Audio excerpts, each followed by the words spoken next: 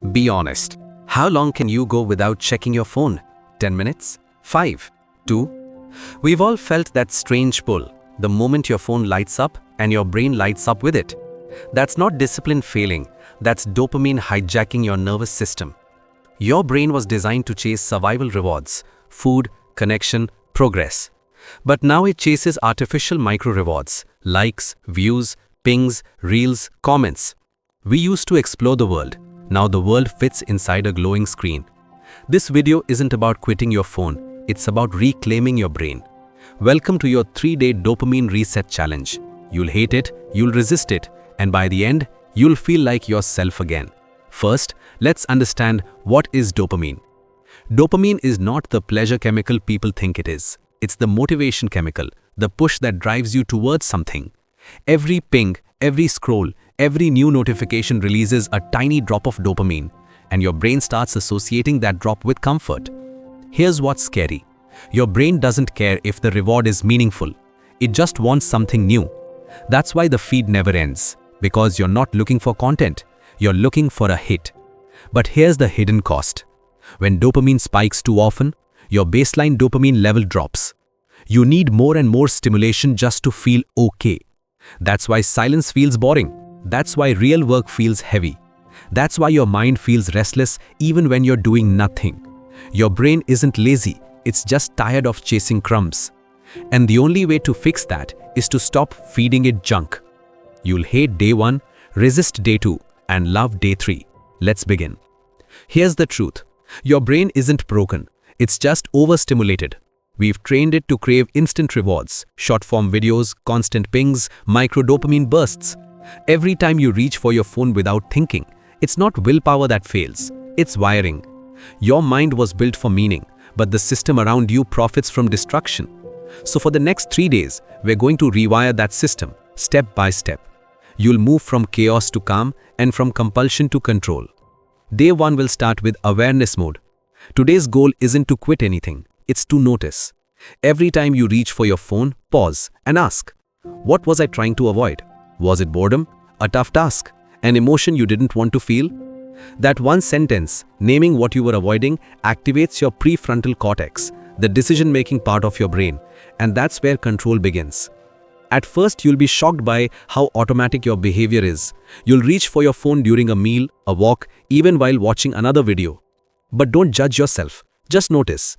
Every catch is a tiny win, because awareness breaks the loop. By the end of day 1, your goal is simple. Write down every trigger you caught. When did you reach for your phone? Why? That small list is your mirror, and when you see it, something clicks. I am not my impulses. Now here's your micro reward. Instead of opening TikTok or Reels, take a 2-minute walk. Movement gives your brain dopamine too, but from biology, not algorithms. By tonight, you'll feel lighter, even if just 1%, and that's progress. On day 2, your dopamine will be as fast as possible. Today will feel uncomfortable, and that's the point. For the next 12 hours, no short-form content, no background music, no instant hits of stimulation. Just silence, sunlight, and your mind. This isn't punishment, it's recovery. Because when you stop bombarding your brain with artificial dopamine, your baseline starts to rise back up. At first, you'll feel restless. You'll catch yourself tapping screens that aren't even on. That's withdrawal, not from dopamine itself, but from overdose. Go analog today. Read a book, stretch in sunlight, cook your meal without headphones, journal with a real pen. Let your brain breathe.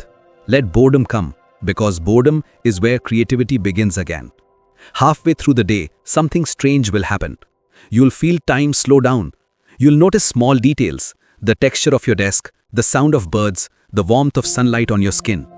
That's your nervous system calming down. That's what peace actually feels like.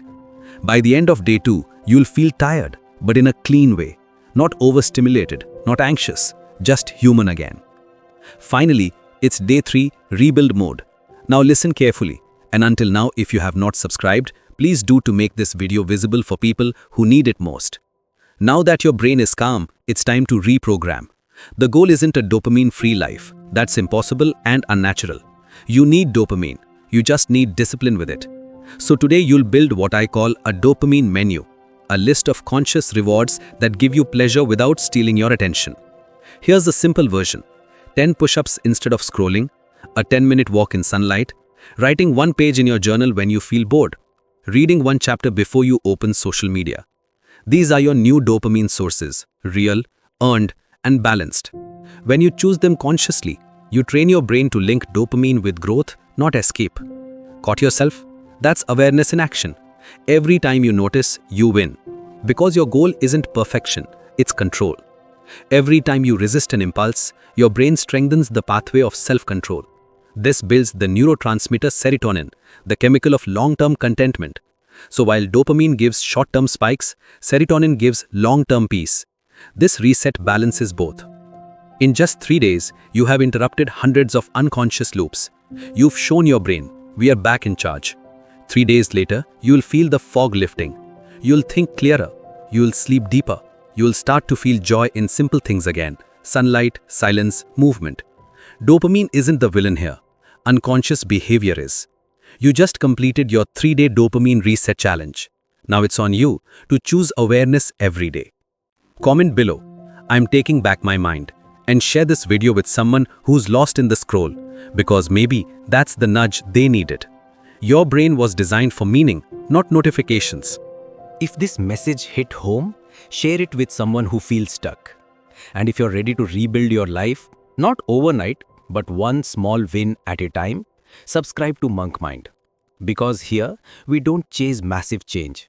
We build quiet revolutions, one tiny intentional step at a time.